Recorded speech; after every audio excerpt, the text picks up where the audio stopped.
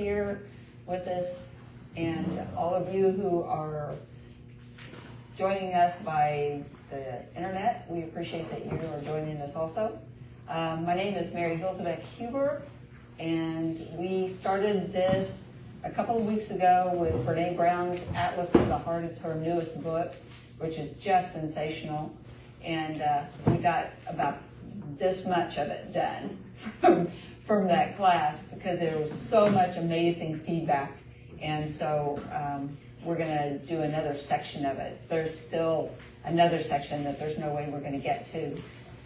So I may try and do another class. But we are so grateful for this because they're, like I said, this is just absolutely incredible. She has a special on HBO Max. If you have HBO Max, you can look at that. And there is a special on that it's just a 5-part series that covers most of what I'm covering today. And she also has the book. You can buy the book, you can get it, and I've got it on audio and read the book or listen to it too. Just lots of amazing information on it. So, all right, so we are going to start today and just take a couple of minutes to kind of get centered and bring ourselves into this moment and kind of let go of everything else that's already happened this morning and is going to happen later on in today. So if you want to join me and close your eyes and just take a moment to take a nice deep breath in and release. Take another nice deep breath in and release.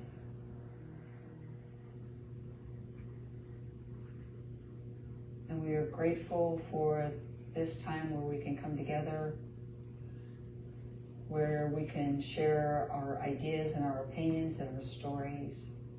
Well, we're grateful for Brene Brown and bringing this all together for us. All of this amazing information that has the potential to change our lives and give us more insight to make our lives and our connections with other people and ourselves better. And we take this time to bring ourselves into this present moment, to let go of any ideas of what's happened this morning, what may be happening after the service, and allow ourselves to be in this present moment. We take another deep breath in and release and bring ourselves to center. And we are grateful, and so it is, and so it is. Amen. All right, so Atlas of the Heart. The last time we were together, we talked about how we cultivate meaningful connection with ourselves and with each other, and talked about how we have to have that connection with ourselves in order to actually be able to connect with each other. If I don't know who I am, I'm not going to be able to connect with you. So we also learned that we are neurologically wired for that. Our pain sensors that have physical pain cause physical pain, and the sensors that light up in our brain for physical pain are the exact same pain centers that light up when we have emotional pain. They're the same. They're exactly the same. We spend a lot of time trying to get rid of physical pain and figure out physical pain, but we don't with the emotional pain. But it's the same thing. We have the same biological, physiological response to emotional pain. So what we talked about, disconnection. Disconnection is often equated with social rejection social exclusion and or social isolation. You know, I think we all experienced that during COVID, that isolation, and a lot of us came through it in very different ways. But they define connection as the energy that exists between people when they feel seen, heard, and valued, when they can give and receive without judgment, and when they derive sustenance and strength from the relationship.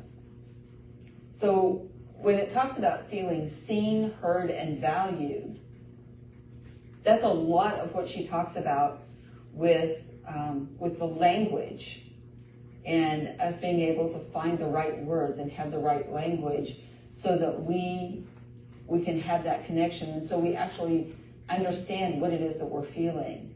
And when we understand what it is that we're feeling, or what someone else is feeling when they tell us, then that's when we're able to really have that connection. Our connection with other people is only as strong and as deep as our connection to ourselves. In order for me to be connected to you, I have to know who I am. So Brene talked about language as a portal to meaning making, connection, healing, and learning and self-awareness. Having the access to the right words really changes everything. So how many of you have seen the movie Breakfast at Tiffany's? It's a really old movie, but it's one of my favorites. So Holly in Breakfast at Tiffany's talks about, she said, I have the mean reds. And he said, so you have the blues. And she said, no, the blues are when you're just sad and you're depressed. The mean reds are when there's something wrong. It's like a turmoil that makes you depressed, but something is just wrong. It's like a vibration inside that you don't know, and you don't know why. So there's a huge difference between the two of those. That the same thing as someone who's depressed, disappointed or crestfallen. Feel the difference between those?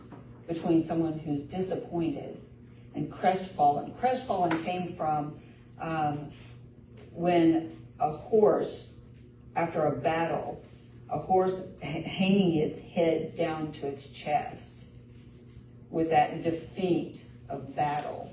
That's where the word crestfallen came from. Yeah, so feel the difference between disappointed and crestfallen. There's a huge difference in finding the right word. The same thing as feeling embarrassed. So embarrassed, I looked it up, it says feeling self-conscious, confused, or distressed, or feeling foolish. And feeling foolish is having or showing a lack of good sense, judgment, or discretion. So if I'm embarrassed, that's an emotion that I'm feeling. If I feel foolish, to me, that says something about my judgment, about my character, that I've done something that makes me feel foolish, that's a character thing. Does that make sense? Okay. We also talked about the fact that they surveyed like 7,000 people, and they asked them to identify all of the emotions that they could identify while they were having them. And you remember how many did they identify? Do you remember? Was it 1 or 3? 3. They could identify while they were experiencing it, they could identify 3 emotions. Do you remember what they were? Happy, sad, angry. Happy, sad, and angry. Those are the only 3 emotions. Those are the main 3 emotions that the majority could identify. So what does that mean for us when we can only identify 3 emotions when we're in them? When the limits of our emotional language literally shape how we feel every day because we don't have the words. Language doesn't just communicate to other people what we're feeling. it shapes the actual affect and emotion that we're feeling. It doesn't just tell people what we're feeling. It shapes the affect and the emotion that we're feeling. So when we mislabel things, it changes our experience of them. And that's a huge disruption for connection. So what do you think about that? We're getting the mic to someone. Yeah, the first example that came to my mind when you said that is sort of like maybe initially it was intended as a benign word, but then when you speak it out, it sort of changes things, is like when we sort of poo-poo compliments. You look really nice tonight. Oh no, I don't. Or I don't think so, or this whole thing, or whatever it may be. I think when you, like in my generation and the ones before, a lot of times we were taught that was very humble and a very good thing to do, to like poo-poo any compliments you got. That you couldn't just accept a compliment. You had to turn it around, and because that was humble and good and righteous. But when you speak those words out, then it sort of changes, because there's a part of you, I think, that believes those things. Mm-hmm. Yeah, that's a good example. Yeah. Okay. So today, we are going to talk about the places we go when we compare. We're going to talk about comparison, envy, jealousy, resentment, and Schadenfreude. What's that? Schadenfreude. We'll get to that. Yeah, stay tuned. Okay, so comparison. You know, we talk a lot about comparison and how that's not something that we should do.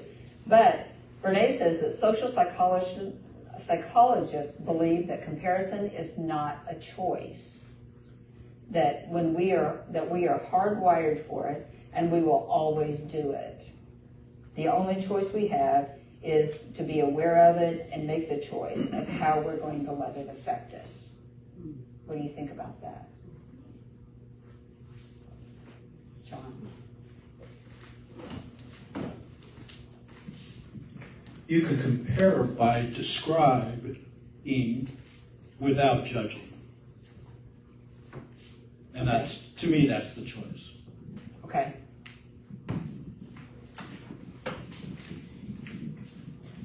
So I think I compare in the traditional sense that we think about it, even though I don't always want to, and I try not to. But when I look at my son, who thinks very, very differently than I do, and he filters very differently, I mean, I think in general he doesn't necessarily compare, but he notices, like John says, and, you know, like for instance, once he came home from school and they would do these Freaky Friday building challenges where they got to, you know, here's your equipment, and here's the thing, and what do you do? And Colin always wants to lead everything. And he said that he started leading it, and here's what we're going to do, and he's really excited. And his friend Sophia said, wait, I have this idea. And I thought, ooh, I wonder what he thought about that. I said, how did you feel about that? What did you say? He said, I thought, great, Sophia's got another good idea. You know what I mean? It was like a complete difference in, like, he wasn't comparing his own ideas with hers in a negative way. He was like, this is fabulous because she has something really great to contribute, and together it's going to be fabulous, you know? Right. Big difference. Colin is just a force of his own, you know? He really is. Talk about a kid, watching a kid who just lives life in his own way, regardless. I mean, it's just, it's fascinating and just amazing to watch, just incredible to watch. And we're going to talk about that, the difference between, there's an upward comparison and downward comparison. And so that's like an upward comparison of he's like, okay, I can gain something from this. This is going to be good. Okay, so she defines comparison as the crush of conformity from one side and the competition from the other. It's trying to simultaneously fit in and stand out. That's like middle school and high school all fit in a tiny little bubble, isn't it? Yeah.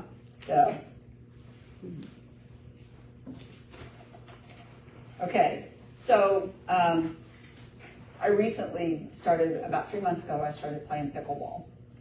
And Jaretta, who goes to church here, has graciously taken several of us under her wing and is teaching us how to play pickleball. And she's really good. She's been playing for several years. She's really good. And she's got some of her friends that she plays with, and they come and they play with us. And, you know, Paul and Lisa play also. And so I don't compare, you know, I have always been athletic. And so I've caught on pretty quick. But my comparison to the women who have been playing for all these years and are really good is just, I want to get better so that I can compete better with them. The comparison now for me, though, is I just want to be better than Lisa and Paul. You know, that's my goal, is just to be at least as good or better than Lisa and Paul. And we're kind of like this. They're still better than I am, but you know, because we all started about the same time, so we have that difference in that comparison. One of the places, though, that we can find ourselves comparing is on social media, on Facebook, Instagram, where people post all of these amazing things. We see these people that have gone on these incredible vacations and they're doing all of these wonderful things and Simone. Yeah, Simone is doing all of these incredible things, and we have a tendency to compare. You know, it's like, gosh, what am I doing with my life? You know, look at all of these things. Simone is another entity of her own. You know, it's like I don't know how she has 28-hour days. I'm convinced of it. But we look at those things and we compare our lives and we'll have a tendency to go, you know, I feel like I'm not really fulfilling my potential because look at all of these amazing things that all these people are accomplishing. You know, Lisa, oh my gosh, anybody who compares themselves to Lisa, you need to just stop it, you know. But Lisa retired and she had been in the process of developing this incredible game that is going to go into the prison systems where it teaches them how to change the way they do life and time management, and wrote a book. And the first year that she was retired, you know, and it's like, how, why? But we also have to realize that on Facebook and on Instagram and all social media, people tend to put their best foot forward. You know, they can kind of embellish even, and they can show all these things, and their life looks fantastic. They're doing all of these amazing things, and what we don't see is they're $50,000 in credit card debt. But they don't put that on there, you know. Or their kids are accomplishing all these wonderful things, but we don't see that their daughter's having panic attacks because there's so much going on. So it's not a fair comparison. And the thing is, we don't show each other our real selves. We don't show that vulnerability and show each other our real selves. But if we did, imagine how much different that connection would be when it's like, yeah, man, I'm really struggling with this. Yes, Eric. Isn't the base of all of that based in perception? Because what you perceive in their life may not necessarily be. So it's all based on perception. Even themselves, to us, they may be it may look like somebody's doing really well, and to that particular individual that looks like they're doing well, they may think that they're just totally bottoming out. Right. And which is absolutely true. You know, you have to realize they're also comparing themselves to other people. And sometimes you find out somebody will say, my gosh, I was so jealous of you. I saw what you had, and it's like, I wish I had that, and you have no idea. Yeah, John. Yeah, it reminds me of the old Paul Harvey radio show, and they'd always have the rest of the story. Right, absolutely. You get the background. Mm-hmm.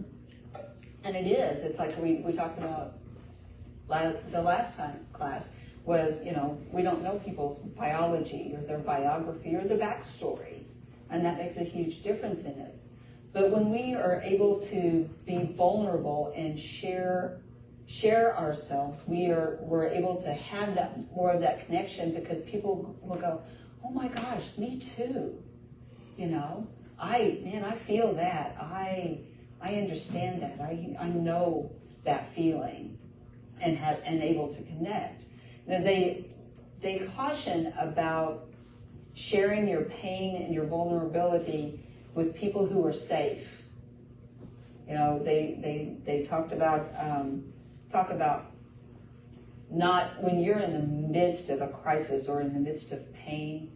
You have certain people that are going to be safe to share that with, but putting it out on social media, putting it out in the public, it's better to wait until you've walked through it, and you can come from a place of strength and confidence. Because how many of us have had that experience where we've been vulnerable with someone and then had it thrown back in our face?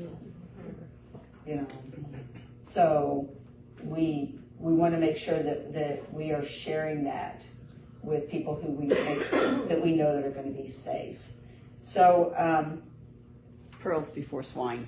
Pearls before swine, exactly. So tell me some of the ways that you guys have had comparison affect you. Susan.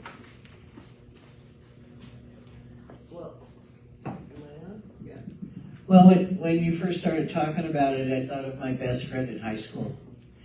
And she had, the town I grew up in was all about comparison. Who's got the nicest car, who's got it drove my mother crazy because our maid drove a pink Cadillac and she drove a Corvair. That kind of junk.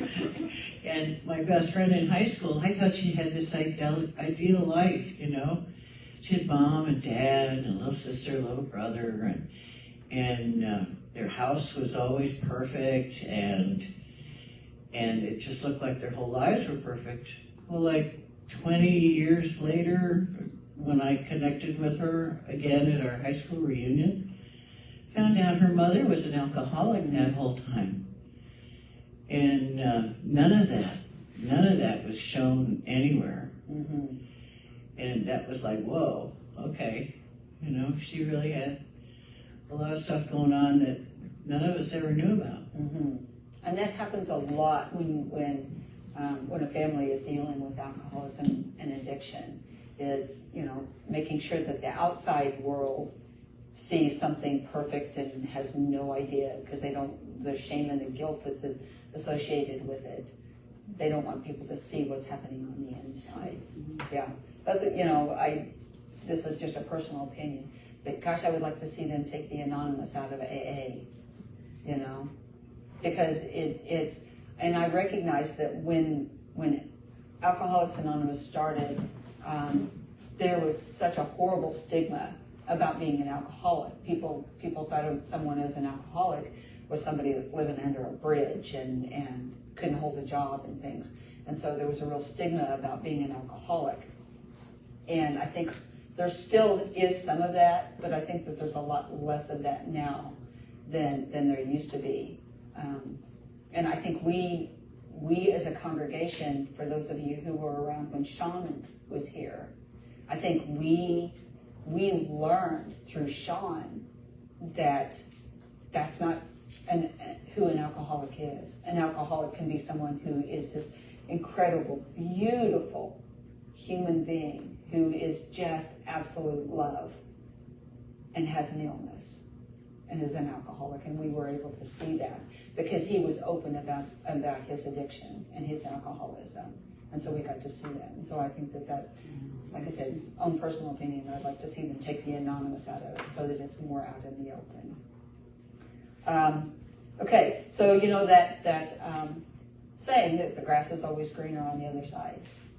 And you know what? That's because that's the way it appears. Because of the physics of the way a blade of grass grows, if you're looking at it from over here and you see it, it looks greener than it does if you're standing right on your own yard and you're looking down at it. I know, right? Yeah. She said that and I was like, that makes perfect sense. So I did this one. If the grass is always greener on the other side, then others must feel that same way about your side. So what she said was, when she recognizes that she's comparing, what she thinks is the grass is always greener. I'm comparing. And so what am I going to do? How am I going to choose to make this different, with, like you said, and seeing the comparison, but you don't have that judgment about it. How am I going to let that affect what I do next in that comparison? Okay, so the upward and downward comparison. When we engage in upward social comparison, we compare ourselves to someone who we perceive to be or performing better than we are. When we engage in downward social comparison, we compare ourselves to someone who we perceive to be or performing worse than we are. So years ago, I was asked to be a part of a public affairs symposium at Missouri State. And I was trying so hard to remember what the theme of it was. It was something about unity in the community or something, I don't know, I got this cup, but all of the wording's rubbed off of it, so, because it said, but I think that was some, because I'm thinking, why did she ask me to be part of this? And so I hum-hawed about it, and finally I said, okay, I'll do this. And then, this was several months in advance, and then about 6 weeks before it, I got a letter from Missouri State, and it told all of these other people who were going to be at this symposium, and it was panels. We were going to speak in panels, and I lost it. I lost it because these were PhDs and professors, college professors. There was someone who was a principal of this new school, high school, who had completely revamped the entire high school, and people who had all of these articles published in national magazines and things. These were the people I was going to be on this panel with. And here I am. I have a high school education and 1 year of college, and I'm retired from working in a prison. And I'm like, I just melted down, just completely, just sobbed, and my wife Sue is just like, it's going to be okay. You can do this. I'm like, how am I going to compete with these people? What am I going to be able to bring to this? And I came in and sobbed in Sue's office, and with the same thing, because it's like, what am I going to do? And she said, you have something to bring to this. You have that heart to bring to this. You have something to bring to this. Just sit for a minute and think about it. And so I was terrified, and she was right, and I did. But that was that incredible upward comparison, and I was terrified of it. However, it also allowed me to recognize that I belonged there, that I was able to bring something to this, even with people that I felt like were way, way above me. And so that's an upward comparison. Yeah, Eric. It seems like growing up, we hear a lot of the downward comparisons. Well, at least you're not as hungry as, at least you got a nicer home than, at least you're not on the streets, like, at least you're not doing this job or that job. Mm-hmm. Yeah, and that was something in one of Brene Brown's earlier books where she said, As soon as you say at least, you negate whatever else you're getting ready to say. And so I really tried to take that out of my vocabulary where I say at least, because that's an absolute downward comparison.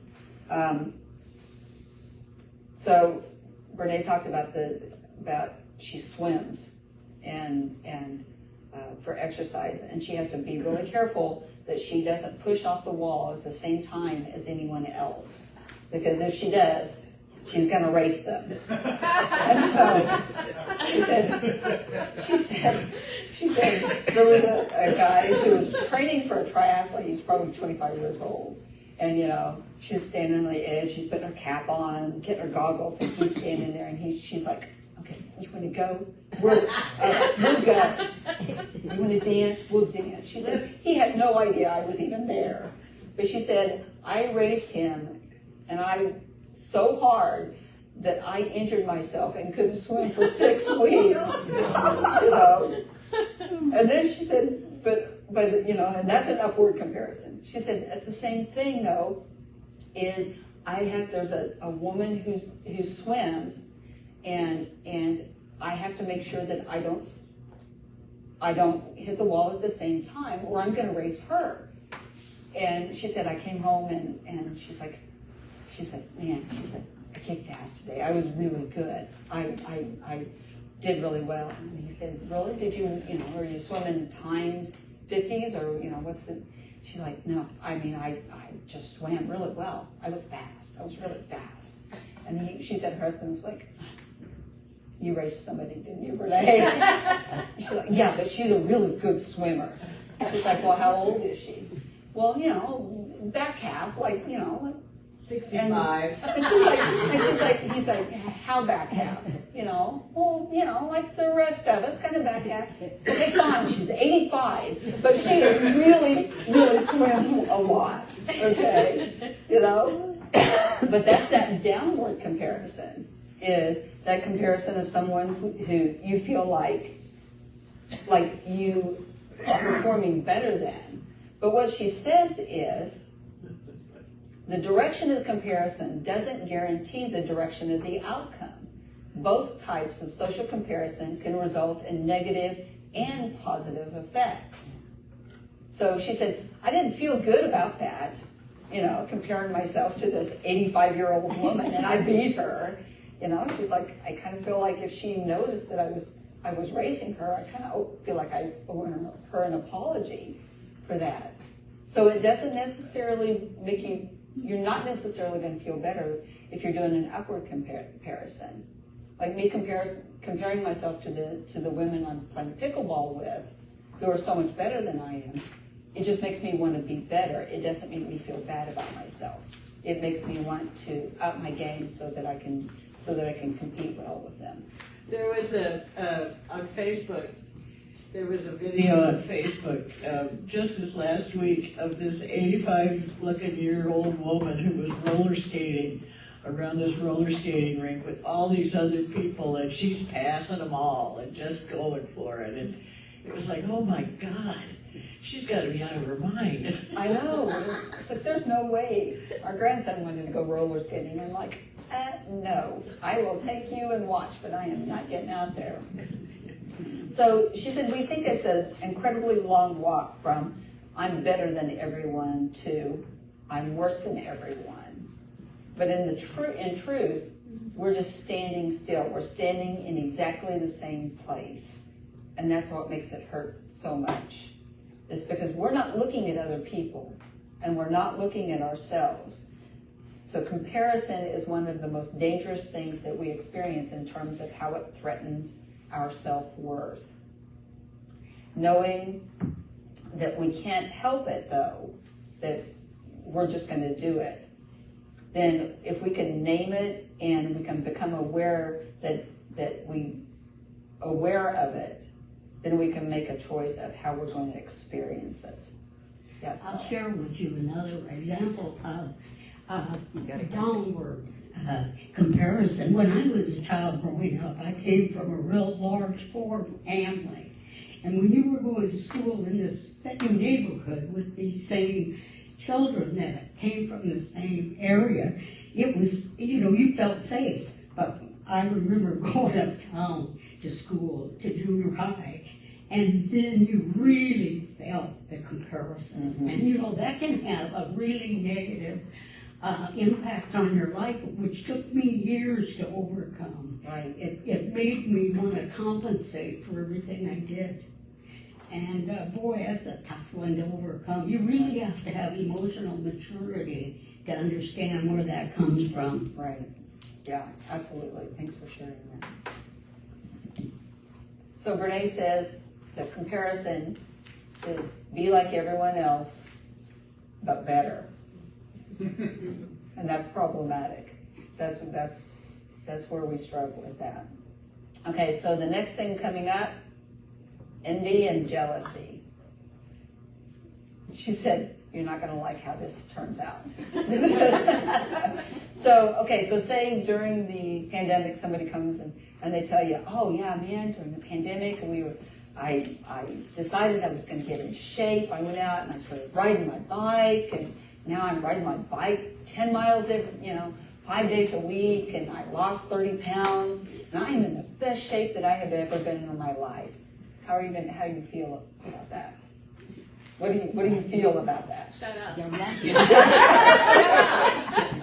Great for you. Great for you. Great for you. And, I had an amazing experience during the pandemic too. So, I'm like, that's wonderful. Yeah. For me, that was not, that's what I shared the last time. That was not the case. I gained 20 pounds and did absolutely, I was just a big The knot on the infamous wall. COVID-19. Yeah. And I was just a big knot on the log. I did absolutely nothing. So as far as envy or jealousy, which one of those do you think in that situation? That's envy. Envy. You're absolutely right. It's envy. So envy typically involves two people and occurs when one lacks something enjoyed by another.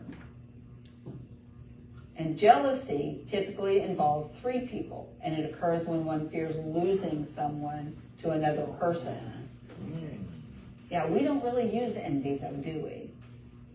It's like one of the 7 deadly sins, so we tend to kind of shy away from that one. But there's a difference there are a couple of different kinds of envy. There's regular envy, where it's like Carrie shows me all of these pictures where she's gone on this incredible vacation. And I'm like, oh, man, that looks amazing. And gosh, I really wish I could have that. I don't want to take it away from her. I love that she has had this experience and has enjoyed this, but I want that too. Whereas malicious envy is somebody comes up and shares, oh my gosh, I won the lottery. And you go, you didn't deserve that. You did not have that coming, and I want that. And that's the difference between just regular envy and malicious envy. And she said, I still have not committed to using these words properly. I'm still, because envy has got that negative connotation, and she's like, I still think I'm going to use jealousy. But they're two different things. They're not the same thing. Okay, envy and jealousy result from different situations, generate distinct appraisals, and produce distinctive emotional experiences. So jealousy is not necessarily that you feel like you're going to lose someone. It could be that you're jealous and you're losing someone's time, or you're losing someone else has come in, you have this amazing relationship with someone, and somebody else has come into it, and you're afraid that you're going to lose their time and that relationship that you had with them. When I was the board president, Sue and I saw each other all the time. We communicated all the time, and we had this just really tight, amazing relationship, which I absolutely loved. Now I'm a little jealous that Amy has that, because she's the board president, and so she has that special relationship with Sue based on how much they communicate and are in that same area. And so, there is that little bit of jealousy because she has that relationship, that amazing relationship with Sue. And I don't see her as much just because things are different between us. So there's that difference. Envy occurs when we want something that another person has, and jealousy is when we fear losing a relationship or a valid part of a relationship that we already have. How many of us have had that experience where we've got this friend and everything's just really good, and then they invite somebody else and they're like, oh, hi, who are you? And, because they're all excited about this new person that's coming involved. Well, and I was thinking about empty nest, Oh, yeah, empty Yeah. nest. because you're so used to having your kids and Your face. them coming to you, and it's, and then all of a sudden they don't have time for you. Right, yeah. Yeah. Yeah. Okay, let's see now. All right. Resentment. This is a fun one, isn't it? All of you, all of us, I'm going to include me in it, all of us who are people pleasers and or codependent, resentment is our friend. We're tight with resentment, man, because we're going to do a bunch of stuff that we don't want to do because we're people pleasers, and then we're going to resent them for asking us to do it, even though we didn't tell them that we can't do it. Work is the number one for me. Work, yeah. So resentment is an emotion that we often experience when we fail to set boundaries, ask for what we need, or when expectations let us down because they were based on things that we cannot control, like what other people think, what they feel, or how they are going to react. So I so can identify with this, with the boundaries. It's like I said, being a people pleaser, somebody asks if you can do something and you're like, sure, I will drop those cookies off at this event that I don't even have time to attend because I have to be someplace else. But absolutely, I'm more than happy to drop these cookies off to you. And then you're resentful that you're having to make these cookies and go do, because you don't really have time to do this. And what else is going to happen? And what else are you going to miss because you're doing this with somebody else? Because you haven't set that boundary. Well, sometimes that can be really entangling because if you are looking at someone and you really appreciate them because they're a certain way and you want to accept them the way they are, but yet the way they are interferes with the way that you feel, sometimes you don't feel like you can set a boundary because that's restricting that person's being who they are. And so that can be really tricky. Resenting behavior. Do what? Resenting someone's behavior, I think that's what she's saying. Resenting Yeah. someone's behavior. Well, because you don't want to restrict who that person is. You want to respect who they are, but yet who they are may be in conflict with what you're feeling. And it gets, how do you respect somebody? How do you give someone the space to be who they are and not restrict yourself? Hang on, Rachel. We're good. Have you read the 4 Agreements? I have. One of the ones that I go back to all the time in situations like that is nothing is personal. Don't take it personally. When somebody acts in a certain way, it's because that's what they need to enrich their life. That's the way that they need to love, they need to lead, and they need to be to learn their life lessons. And so if I can remind myself that nothing is personal, then the behavior that I don't like or I don't approve of isn't mine and doesn't affect me. Okay. It's not, I'm not Yeah. saying it's easy. Yeah. I Yeah. am saying it's simple, but it's Yeah. not easy. Right. So, but that's the way that I go around it. I now know exactly why today was the day I came back. Well, and it's also, it's based on things that we can't control, like what other people think and what they feel. It's like you said, it's not personal. It's not you setting a boundary. Is you, and how they react to that has nothing to do with your boundary, and you don't have any control over how they react. They're going to react how they're going to react. Just how you react. But sometimes if you know how they're going to react, it changes how you act. It does. And this is where people get resentful. Is because they recognize that and they say, if I do this, then they're going to do that, and then are they going to resent me because they've changed their behavior because I set a boundary? So what is a boundary? So, okay, so when the daycare was here, there were so many times when we would say that something has to be done like this, or you need to not do this. There's a pile of mulch that's been sitting out on our parking lot for a month and a half.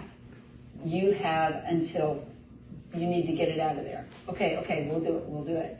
3 more weeks go by. Okay, I'm gonna set a boundary.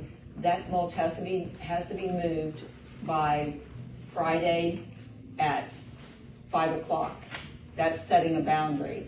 And if you cross that boundary, then there are gonna be consequences to that. So that's setting a boundary.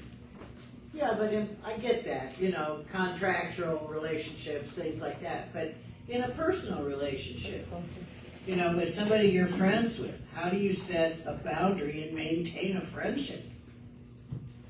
Well, it depends on how the other person if they're willing to respect that boundary.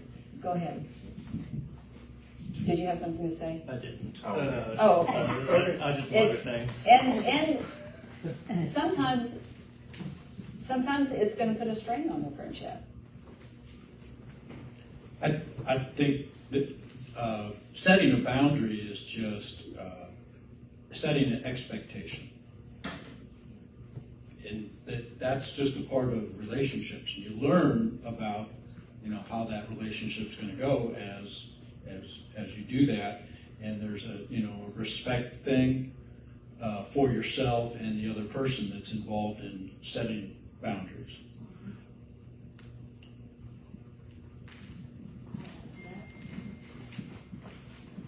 I think just to bring it back around and make it a little more clear, I think if we can understand that everyone is moving exactly the way that they need to move in relationships and in friendships, we have to acknowledge that whatever someone has to offer, all they can do is lay it on the table, and it's your choice to decide if that's enough for you or if not. You have to set boundaries to decide how you could operate around that type of a person or that type of a situation, and you have to set a tolerance level, and that tolerance level generally is, and that's my limit, I'm done. And sometimes you have to walk away from the person, sometimes you take a break from conversation. Your boundary will look different from time to time, that's up to you. But like I said, all that you can do is you can put your cards on the table, meet them where they're at, and decide if it's enough. Hang on. The boundaries can be soft as well, like as long as you're not compromising things about yourself to when you back off your own boundary. Easy to think about like children.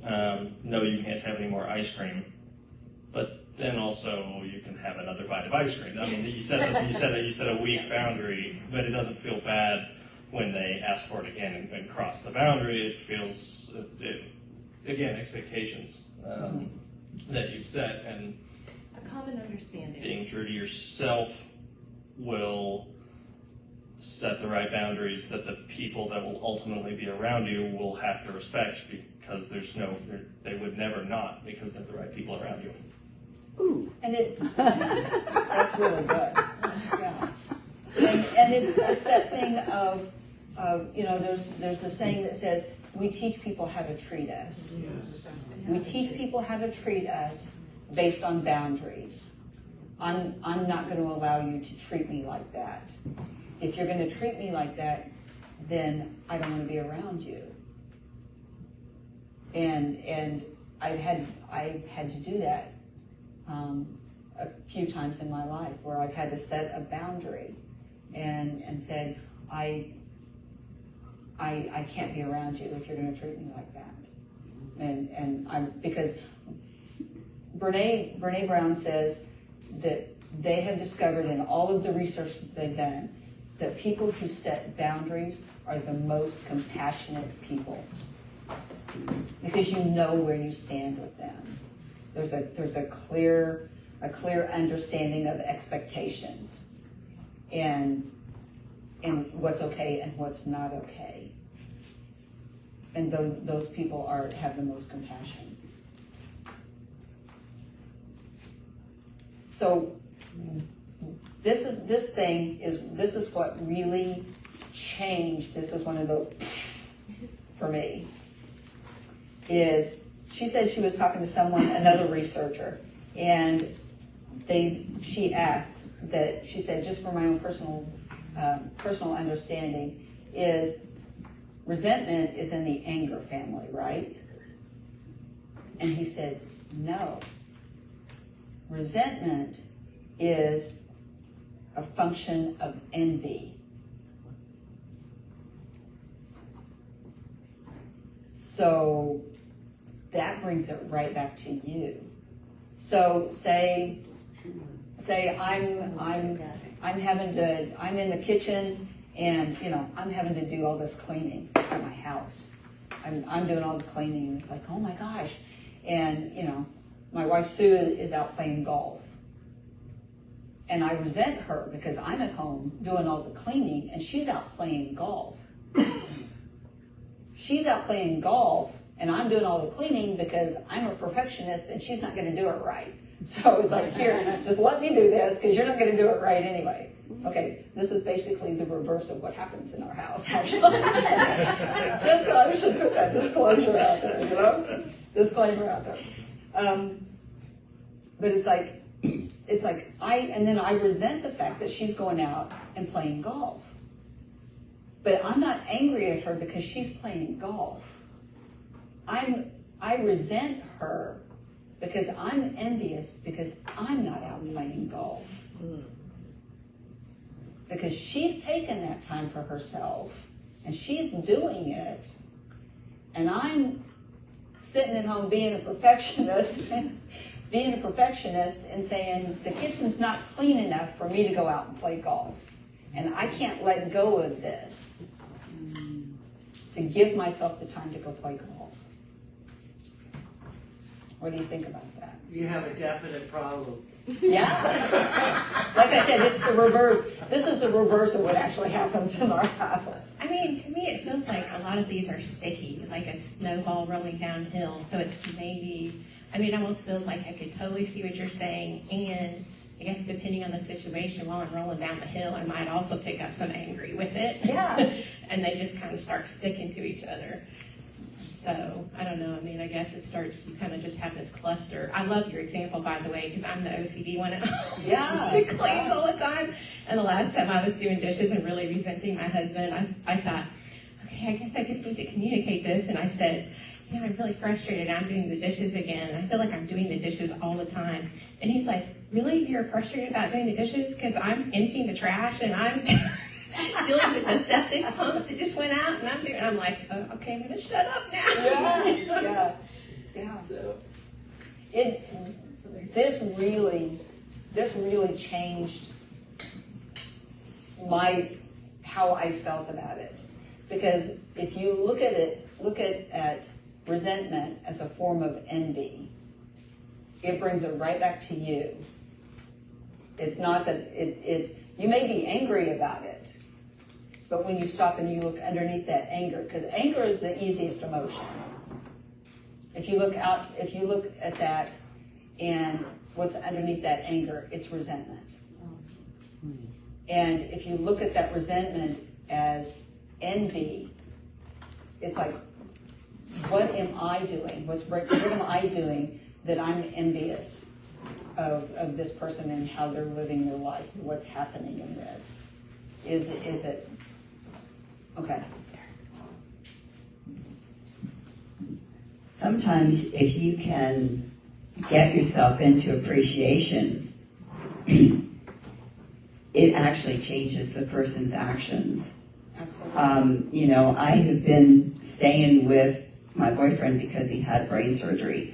And normally, there's like 3 days worth of dishes in the living room because when he goes to the kitchen, he never picks anything up. Well, he's starting to I should be a good person. I should put this in the dishwasher. And he's actually picking up my dishes and taking them to the kitchen because it's changing the way he's reacting to my reaction because sometimes I'm like, Guy, don't you do this? And yet when I can get myself in that other place, then it changes things. So it is how you react to what's going on. And sometimes, you gotta look at, going to those Abraham classes, and it's so important how you feel. And so, you're either going to this end of the stick where it doesn't feel good, or you're going where it feels good. And if you can get yourself to look at what would feel good and get yourself there, it raises the vibration and it changes the environment, and it's really, really cool. Yeah. John. Fear's our word. I was just going to say that was perfect because look at the relationship between envy and appreciation, or resentment and appreciation. Yes, absolutely. Absolutely. I just have to add to this. I have a friend, an old neighbor, that turns 91 tomorrow. And last year, on her birthday, I went out and shopped for her with really a lot of care. And I took her out to lunch. I brought her a cake, a card, the whole 9 yards. And when I did, all she could talk about was her friends giving her flowers. And I really was disappointed in that she didn't like my gifts. And so, to be honest with you, it did turn into resentment. So tomorrow's her birthday, so I thought, well, I'm not going out and shopping, I'm going to give her flowers. Okay, Schadenfreude. Are you familiar with this word? German? 3 minutes, okay. Schadenfreude is pleasure or joy derived from someone else's suffering or misfortune. Ooh. Okay. Let me see if I can get this to play. I'm telling you, Flanders' store was deserted. So what do you think of your bestest buddy now, Mark? Dad, do you know what Schadenfreude is? No, I do not know what Schadenfreude is. Please tell me because I'm dying to know. It's the German term for shameful joy, taking pleasure in the suffering of others. Oh, come on, Easter. I'm just glad to see him fall flat on his butt. You feel happy and comfortable and surrounded by loved ones, and it makes me feel... What's the opposite of that shameful joy thing here? Sour grape. Boy, those Germans have a word for everything. They said that the word Schadenfreude wasn't really used much in this country until that episode of The Simpsons, and so it made a comeback. I love it. So one of the things, real quick, that she talked about with Schadenfreude is that collective Schadenfreude, which I think we're kind of feeling right now, especially in this political climate. And what we see is a collective Schadenfreude where we get together and enjoy someone else's misfortune is particularly seductive. She calls it common enemy intimacy, where we don't really know each other and we aren't generally connected, but we get along because we hate the same people. That's relevant with sports. Yes. Yes. And so that's something that we really have to, she says that nothing that celebrates the humiliation or pain of another person builds lasting connection. Yeah, so there's also Freudenfreude. Freudenfreude is taking joy in another person's success. That's what we should look for. So this is Abby Wambach, who was this incredible one of the best soccer players has ever lived. And one of the things she says is when she scored a goal, she would point at the person who passed her the ball before she scored it to give credit to that person and to the coaches. And she would point at the coaches to give credit to them and share that joy and that victory with them. You know, how amazing is that? Okay, so this is the last one, talking about how words matter and how identifying our emotion really matters. It says, I sat with my anger long enough until she told me her real name was grief. Identifying the actual emotion that's underneath. Okay, so you can find this on HBO Max, the Atlas of the Heart, and this is just because these are my grandkids. I know, isn't that adorable? Okay, so announcements. They're long. Yes. Today starts the new drawing for a gift certificate from La Hacienda. The entry forms are in the hallway. Dee Richardson's prosperity class that began last Wednesday, and the class meets weekly on Wednesdays from 6 to 8 p.m. Even if you missed the first week, you can still welcome to join. There will be a World Day of Prayer service at 6:30 p.m. this Thursday, September 8th, following the live streaming of the closing ceremonies at Unity Village. Always a heart-opening experience. Isn't that the same day as that? Yes. Okay. Next Sunday, September 11th, in the New Thought and World Religion class, John Brocker will be leading a beginner's conversation on lessons in truth. There will be a potluck for all following a seminar on estate planning basics next Sunday, September 11th, led by Brandon Martin. Childcare will be provided. Please call the church office and register your children. Ladies, sort all your clothes and bring your gently used clothing to donate for the Fall Fashion Boutique. The deadline to bring clothing is Thursday, September 15th, and you can come to the event on Friday, September 16th from 5 to 7, and Saturday morning on September 17th from 8 to 11. Snacks and beverages will be there. It's always a lot of fun. Bring your clothes in, your nicer clothes. It's great fun to shop, and everything is going to be by donation. Cornhole and karaoke is coming Saturday, September 17th from 3 to 7 p.m. There are 2 on each cornhole team, and the entry fee is $20. This tournament is open to all levels of experience and expertise. Sign-up sheet is in the foyer, and you can sign up online. The festivities, did you hear that? The festivities are for everyone, not just those who are competing in cornhole. There can be food and drinks available for purchase, and I think we're going to actually be playing pickleball out there on our new pickleball court too. We will receive new members during the service September 25th. This is for anyone desiring to become a member of the congregation who has attended for 6 months. That's whether you are online or in person. It's required that you attend the orientation held September 18th in the Fellowship Hall and on Zoom for our online congregants. For your online guests who desire to become a member, you can go to our website and fill out an application there. Final day for submitting a new member application is Thursday, September 15th. Lunch will be served to candidates who are in-house. Child care will be provided, and please call the church office to register your children. Please, if you have been attending, becoming a member of this church is just an important step. It's claiming ownership of being a part of this community,